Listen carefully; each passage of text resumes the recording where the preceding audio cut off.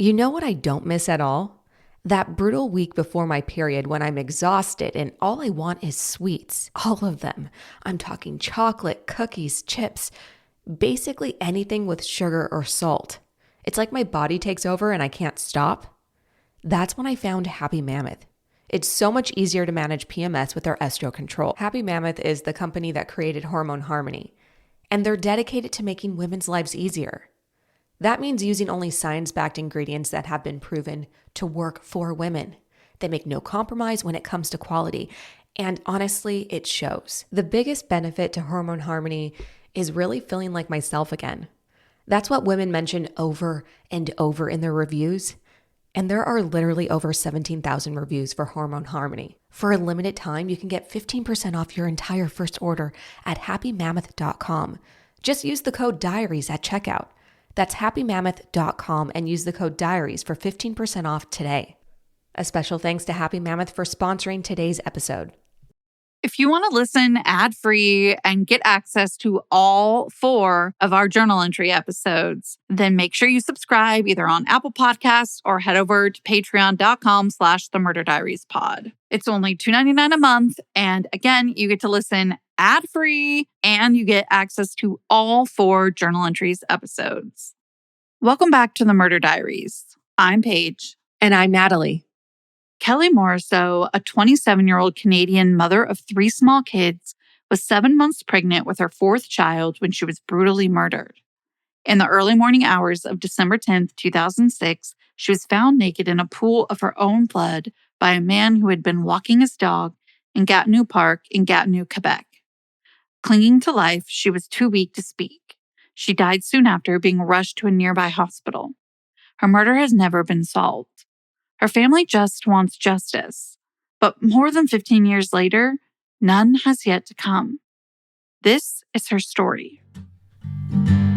Used to think it's in my head, but I'm walking with the dead. Kelly Jo Morrisseau was born on January 25th, 1979 in Fort Alexander, Manitoba, also known as Seguin First Nation. She was the oldest daughter of Lisa Morrisseau and Farron Cook. Farron met Lisa when Kelly was just a toddler and raised her as his own child. She grew up with a younger sister named Ferris and younger brothers named Farrell and Scotty. As a kid, Kelly was close with her family. She didn't have a lot of money, but Kelly was always very generous with what she had, especially with those she loved. She was particularly close to her cousin Roxanne. The 2 girls were born only 6 months apart, and their families treated them almost as if they were twin sisters. They were inseparable and nicknamed Bert and Ernie after the beloved Sesame Street characters. Double Trouble was another endearing nickname that the family gave them. Roxanne said, "I never had any siblings growing up, so she was my sibling." At age 3, Kelly's family moved south from the reservation to Winnipeg. Kelly's mother dreamed of creating a better life for her children, but it wasn't easy. Money was tight, and they often struggled to make ends meet. By all accounts, growing up, Kelly was a very happy person, full of life and love. Her family remembers her always laughing and smiling. She loved to cook and had a real talent for it. Doreen, Kelly's aunt, said she had this laugh. She would make everybody laugh. In 1991, when Kelly was just 12 years old, her aunt Glenda was brutally murdered at the young age of 19. Glenda was abducted from outside her home in Winnipeg and found 3 weeks later. Glenda's case eventually went cold, and her family's search for justice continues to this day. Kelly had been extremely close to her Aunt Glenda and was deeply saddened by her death. Glenda had been a role model to her niece. Kelly even called Glenda a light of the room. Shaken by Glenda's death, Kelly's mom moved her young family to Ottawa, hoping to escape the violence of Winnipeg. Kelly, now a teenager, didn't have trouble finding a new group of friends at her high school. A year or 2 after moving to Ottawa, Kelly became pregnant. At the age of 15, she gave birth to her daughter named Tanis. Kelly adored being a mother. Some of Tanis's favorite memories of her mom were doing arts and crafts together. Tanis said anything really artsy, she was into it. Kelly loved to draw and write, and often made signs for loved ones. Tanis was just 12 years old when Kelly was murdered.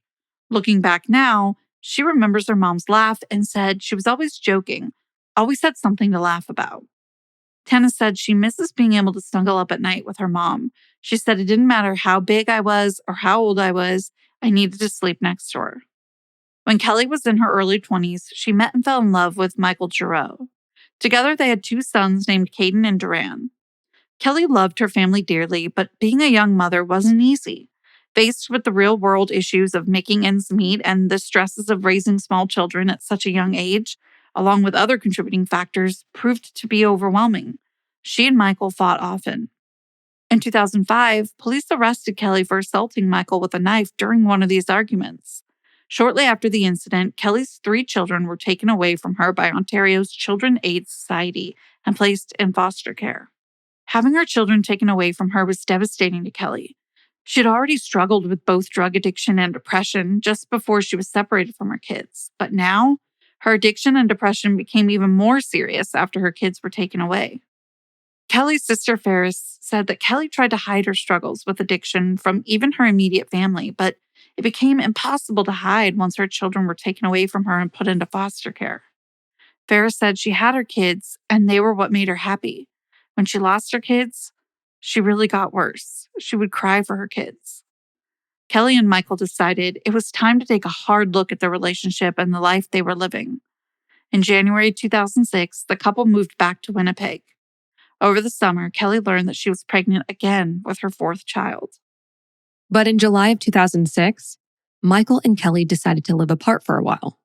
Kelly returned to Ottawa to face her assault charges, to which she pleaded guilty and was sentenced to 12 months probation. And as a part of her probation, she had to remain there. Thankfully, Michael's mother offered to let Kelly live with her in her Bank Street apartment in Ottawa during this 12-month period. Unfortunately, returning to Ottawa turned out to be an unhealthy environment for Kelly.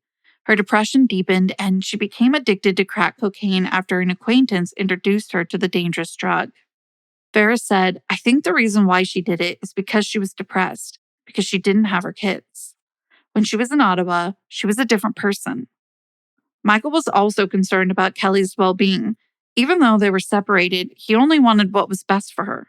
He said, quote, "We had our problems, but we loved each other always. We took care of each other." In October 2006, Kelly's mom suffered a stroke.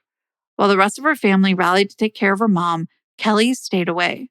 Her family thought the reason she stayed away was because she didn't want her brothers and sister to see how serious her drug addiction had become. But as the weeks passed, Kelly seemed to be improving. Michael's mother said she saw no signs of Kelly drinking or doing drugs, and she was acting very responsibly. Kelly helped Michael's mom around the house and started coming and going at more normal hours of the day. Kelly also started visiting her own mom again and stopped avoiding being around her siblings. Her family was thrilled to see her more often. They felt like Kelly had turned a corner and was returning to her old, fun-loving and kind self. Tragically, just as Kelly was beginning to turn her life around, it was taken from her. At 5:40 a.m. on Sunday, December 10th, 2006, a man walking his dog saw a pregnant woman lying partially naked and bloodied in an empty parking lot at the entrance of Gatineau Park. Gatineau is a city in the southwestern part of Quebec, located on the northern bank of the Ottawa River, directly across from the city of Ottawa. The dog walker could tell the woman was still breathing, but just barely. She was clinging to life, having been left to die in the dirt. She was too weak to be able to speak to him. The only thing that slowed down her massive loss of blood was the brutally cold morning temperatures. She was wearing a red and blue winter coat, jeans, a white hoodie, and black boots. This episode was brought to you in part by Honeylove. I've been wearing Honeylove bras for years now. My favorite is the crossover bra. It gives you the support you need without a super uncomfortable underwire, and it has beautiful lace detailing in the front. But don't let that get you confused. You can wear this bra with anything. Your favorite dress for a night out, a V-neck, your favorite t-shirt. It's the best anytime, anywhere bra. February is the month of love and Valentine's Day is coming up, so treat yourself to a comfortable Honeylove bra. Seriously, life is too short and your body is too important to wear bad bras. Honeylove has absolutely cracked the code on combining comfort, support, and style. With Honeylove, you're gonna actually want to wear your bra, which is wild, right? In fact, you're probably even gonna forget that you're wearing one. They're that comfortable. Trust me, like I said, I've been wearing Honeylove for years now. Luckily, we worked out a deal with Honeylove for our listeners, and you can treat yourself to 20% off your entire order by heading to honeylove.com/diaries. Not only will you be supporting your show, but you'll definitely be getting a well-deserved glow up in the bra department. You know you're tired of those old bras that are causing bulging in the back and are digging into your shoulder and/or aren't supportive enough. Treat yourself to the most comfortable bra on earth and save 20% off site-wide at honeylove.com/diaries. Use our exclusive link to get 20% off honeylove.com/diaries. After you purchase, they're going to ask you where you heard about them. Support our show and tell them we sent you. Treat yourself to Honeylove because you deserve it. The dog walker, whose name has never been revealed, immediately called for help. And within minutes, first responders arrived on the scene. They rushed Kelly to a nearby hospital where she died an hour later. Police were able to identify her as their 27-year-old victim and then notified her next of kin. The results from Kelly's autopsy found that she'd been violently stabbed by her assailant more than a dozen times. There were also visible signs on her body indicating that she had fought back against her killer. Police believe she likely injured her murderer. Some of Kelly's belongings and other evidence were later found in the Morrisseau de Fresnes near Boulevard du Plateau and behind a business at 115 Boulevard du Plateau in Gatineau. Police said the suspect drove around that sector and likely stepped out of his vehicle more than once in the early hours of December 10th. Kelly's daughter Tana said, "There are people who've seen her day of, and they're not coming forward. They're afraid." Kelly's murder shocked her entire extended family. They had questions like, what was she doing across the river in Quebec around 5 a.m.? Who would murder her? They couldn't think of a single person she would consider an enemy, and certainly not one who they thought would want to harm her. She was always kind and loving and often went out of her way to help others. It also brought back sad memories of Aunt Glenda's murder several years before. The same type of horrific tragedy had struck their family again. Shortly after her murder, Michael told a local newspaper that he couldn't imagine life without her. "I can't sleep. I can't eat. I don't know what I'm supposed to do with myself. I just hurt every time I think about it, every time I picture what the police told me about what they found." Her sister Ferris said, "I'm really concerned. I hope they're putting in time to investigate this and not just leaving this alone. Sometimes when Native women get murdered, I hear they leave it alone." After Kelly was rushed to the hospital, investigators roped off the crime scene and collected evidence, including pieces of Kelly's clothing that had been left next to her body. Police also reviewed surveillance footage from a nearby Tim Hortons coffee shop. They thought the murder suspect might have used the coffee shop bathroom to wash the blood off him after stabbing Kelly. Police forensic teams processed the men's bathroom, collecting a garbage bag from the trash can and placing several evidence tags around the room. Through interviewing friends, family, and eyewitnesses, police were able to piece together a rough but incomplete timeline of Kelly's final hours. Around 10 p.m. on December 9, 2006, she was seen leaving an apartment on Sears Street in the Wynne sector of Ottawa. She was saying goodbye to a family member who she had been visiting. She told them she'd be back to see them the next day. The relatives she was visiting assured police that there was nothing out of the ordinary or alarming about Kelly's behavior during her visit. Several hours later, at 4 a.m. on December 10, 2006, Kelly was spotted again exiting a different apartment. This one was located on Montfort Street. She was seen getting into a car with an unknown man. Police named the man as the main suspect in Kelly's murder investigation. And here's the description the police gave for the suspect. He was a white male around 24 and 30 years old, between 5'8" and 5'10", with an athletic build, weighing somewhere between 180 and 200 pounds, with short, blonde, curly hair. He was overheard speaking both French and English without an accent. And his vehicle that Kelly got into was described as a 1985 white or even a light gray Cutlass Sierra or Calais. At a December 11, 2006 press conference, Lieutenant Jean-Paul Lemay told reporters that they were being cautious and methodical in the early stages of the investigation. Quote, "We have an important investigation going on, and certain things can't be said because of that investigation.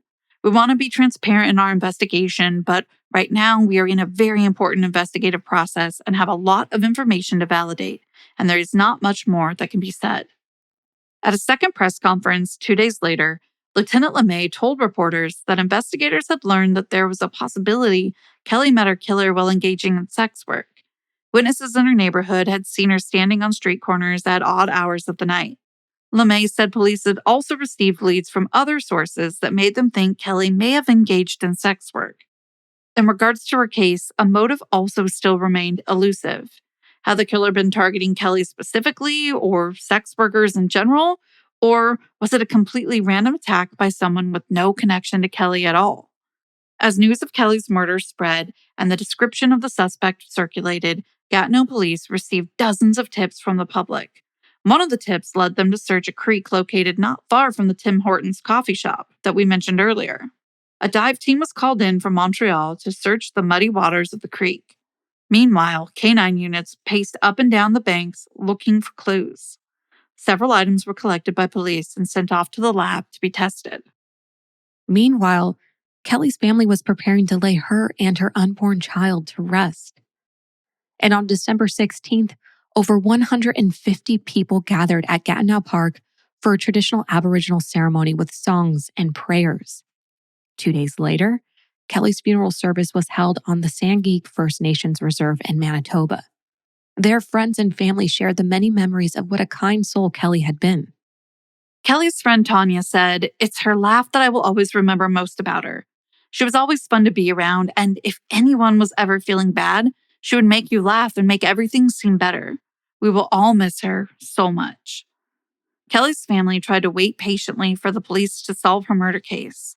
Months went by with no progress made. It felt like the investigation was going nowhere.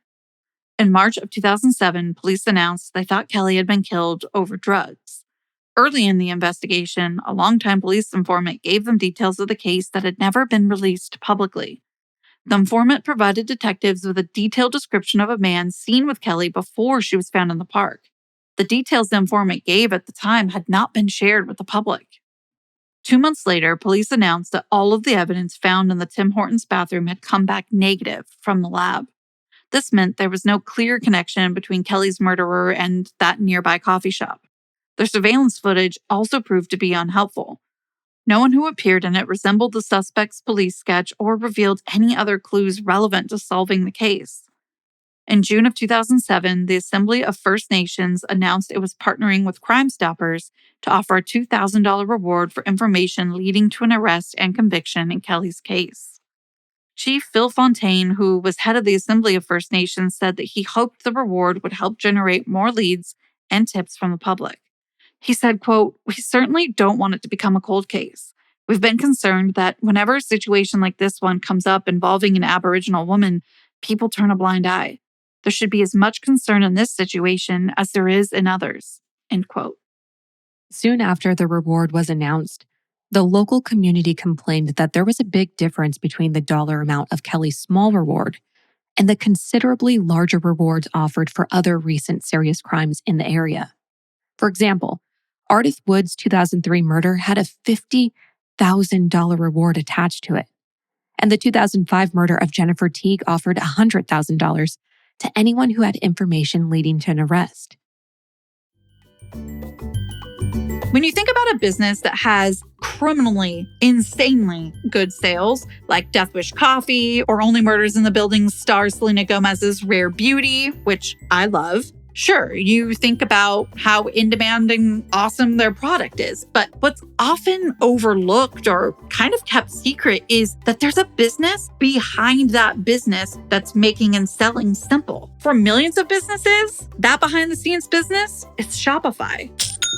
We talk about Shopify all the time on this podcast, and we love working with them because nobody does selling better than Shopify does. They're literally home of the #1 checkout on the planet, as well as their not-so-secret Shop Pay, which boosts conversions up to 50%. This means that way less carts are going abandoned and way more sales are going.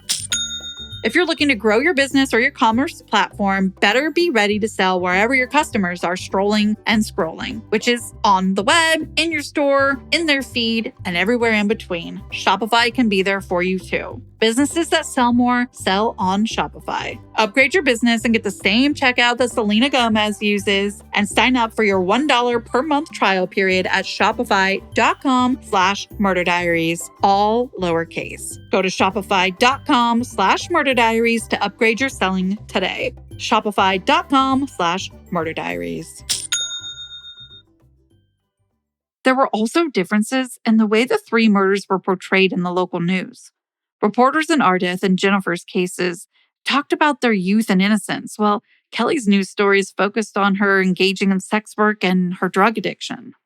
Regardless of the difference in coverage, public outcry worked, and Kelly's reward was increased to $20,000. In addition, an education fund for Kelly's children was set up in her name that people could donate to. Kelly's cousin Roxanne also spoke out that while she understands just one man is to blame for Kelly's murder, she strongly believes society as a whole also played a role in her cousin's death. Roxanne talked about how Native women are frequently marginalized, unable to get good jobs, and as a result, often wind up in dangerous and unhealthy environments, like engaging in sex work. This makes them vulnerable to being murdered by predatory men who don't think anyone will miss their victims. The statistics certainly paint a stark and grim reality of the issue. From 2001 to 2014, the average rate of murder involving Indigenous female victims was 4 times higher than that of homicides involving non-Indigenous women. Meanwhile, investigators continue to work their way through leads. Gatineau Police announced they had secured a DNA profile of the suspect, gathered from evidence left behind at the murder scene. With this new release of information, Kelly's family was hopeful her killer might finally be arrested, providing them with a small amount of closure. After police released that sketch of the suspect, they received multiple tips about the suspect's identity. Sergeant Claude Parent said, "A lot of people think they know the individual and they're calling in with information. We're hoping that eventually one of these individuals that's suspected will be linked to this guy." But the tips eventually slowed down and the investigation cooled. Despite that, Gatineau Police continued to work on Kelly's case, holding information close to their chest to protect the integrity of the case. Sergeant LeMay said, "In every police investigation, strategies must be used, and this case is not different than any other, but there are demanding challenges in this investigation. The killer's the only one who really knows what happened, and any information we have, certain information, we must keep secret to be able to confront the killer if ever one day we have an arrest in this case. So we must be strategic, and the information we share with the public is carefully chosen." Kelly's family watched as the families of Jennifer Teague and Ardith Wood found justice for their slain loved ones. It wasn't until 2010 that Kelly's name started to pop up in the news again. This time, in connection with another woman murdered in Ottawa. Jennifer Stewart was a woman who had been addicted to crack cocaine and engaged in sex work. She was also found stabbed to death and left to die in a parking lot. Although the facts of Jennifer's case were eerily similar to Kelly's murder, the physical and forensic evidence in the two cases didn't match. Police eventually ruled out the possibility of the two murders being connected. Then, in 2012, police arrested 52-year-old Sean Lamb, who was accused of murdering 3 women: Tanya Nebenak, Carolyn Sinclair, and Lorna Blacksmith.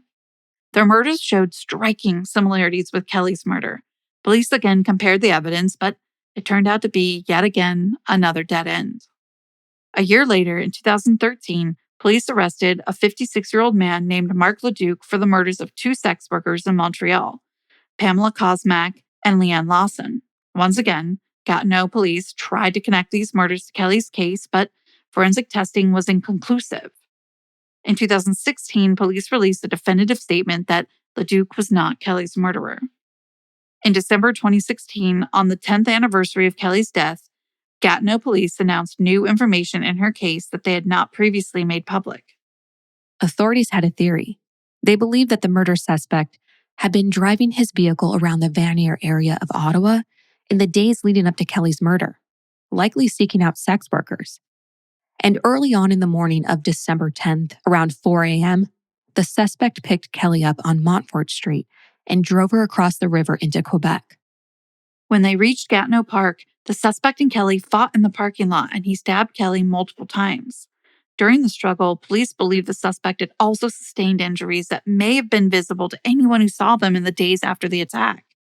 After cruelly leaving Kelly for dead, police think the suspect may have headed west away from the parking lot, driving his car down a side road only used by emergency vehicles. A car that was not an emergency vehicle using this road would have been an unusual sight, and police hoped talking about it might help jog someone's memory. When asked why the police waited so long to release this vital information, Lieutenant LeMay told reporters they continued to be optimistic that they would solve Kelly's case. He said 10 years after this dreadful event, there are people who still have information crucial to this investigation, who never contacted the police for fear of being identified or that their information may not be relevant. What we hope by revealing this is that people retaining this information will call us, that it will be the push they need. He continued, this extremely violent homicide hit our entire community, as well as Kelly Morrisseau's family in the Winnipeg area, where she came from. Thanks to the advances in investigative and scientific techniques and collaboration by residents facilitated by social media, we remain hopeful that we will solve her murder. In fact, a number of new leads have been investigated and checked over the past few years. 2 Ottawa area organizations, Sun Youth and Crime Stoppers, joined up to offer a $12,000 reward to anyone who provides information leading to the arrest and conviction of Kelly's murderer. While the newly released information did bring in more tips, none proved helpful in finding Kelly's killer. Gatineau Police released a statement saying, it's important to remember that any piece of information, no matter how inconsequential it may appear, could help the investigation and set it in a new direction. Kelly's father, Farron Cook, passed away from a heart attack in 2013. His final wish was to be buried next to Kelly. For Kelly's family and friends, life goes on, but they continue to mourn her death and hold out hope that justice will be served. In the years after the murder, Kelly's cousin Roxanne has stepped up to help raise Kelly's children. Roxanne said, she trusted me with everything. I want to be the best I can, and I work very hard. Tanis has grown up to be a very responsible, beautiful girl. Roxanne says that the image of Kelly's murderer from the police sketch that was released to the public still haunts her, and she has nightmares about him. In fact, in her dreams, she tries to reach out and catch the man, but he's always just out of her reach. Roxanne said, I miss her very much, and I'm doing the best I can. I have faith that she's around us still and helping me in those difficult days. Kelly's daughter Tanis said she's missed every day, and I just want answers. In December of 2021, 15 years after her murder, an anonymous donor contacted the Sun Youth organization to renew and increase the reward offered in the case to $50,000. To this day, Kelly Morrisseau's murder remains unsolved. If you have any information about her murder, please contact the Gatineau Police at 819-243-4636. That's it for this week's episode, but be sure to connect with us on social media. We're everywhere: TikTok, Instagram, YouTube, you name it, we're probably there. If not, we'll see you same time, same place next week. And until then, Stay safe. bye. The best piece of money advice I ever got was simple. Practice saving instead of spending. I know it sounds basic, but trust me, it really hit home. Just a few bucks for my paycheck tucked away for a rainy day. And at first it seemed like a tiny step, but then I realized how much that little habit had the potential to grow over time. It clicked that saving and investing aren't just about building a cushion for emergencies. They're about setting yourself up for a stronger future. That's why I love Acorns. It makes saving and investing feel so effortless, kind of like how that small savings habit started. Over time, those small contributions add up and gives your money the chance to grow. It's one of the best ways to build on a simple habit and let time do the heavy lifting for you. Today's episode is sponsored by Acorns. Acorns is a financial wellness app that makes it easy to start saving and investing for your future. You don't need to be an expert. Acorns will recommend a diversified portfolio that matches you and your money goals. You don't need to be rich. Acorns lets you get started with the spare money you've got right now, even if all you've got is spare change. I sincerely believe Acorns is a game changer because it makes investing easy and accessible for anyone, even if you're just starting with spare change.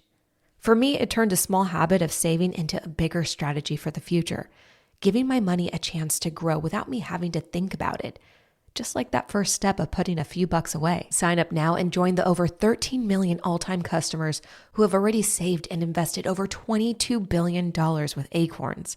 Head to acorns.com/diaries or download the Acorns app to get started. Paid non-client endorsement compensation provides incentive to positively promote Acorns. Tier 1 compensation provided. Investing involves risk. Acorn Advisors LLC and SEC registered investment advisor. View important disclosures at acorns.com/diaries. This episode is sponsored in part by our friends over at Sono Bello. Genetics can be truly amazing. Maybe you inherited your mom's beautiful eyes, her radiant skin, or a smile that lights up the room. But sometimes, not always, but sometimes, we inherit traits that we wish we could change. Like those areas of our body that just don't feel like us. It's not uncommon to catch yourself thinking, ugh, I got my mom's belly and love handles. But remember, genetics don't have to define your confidence.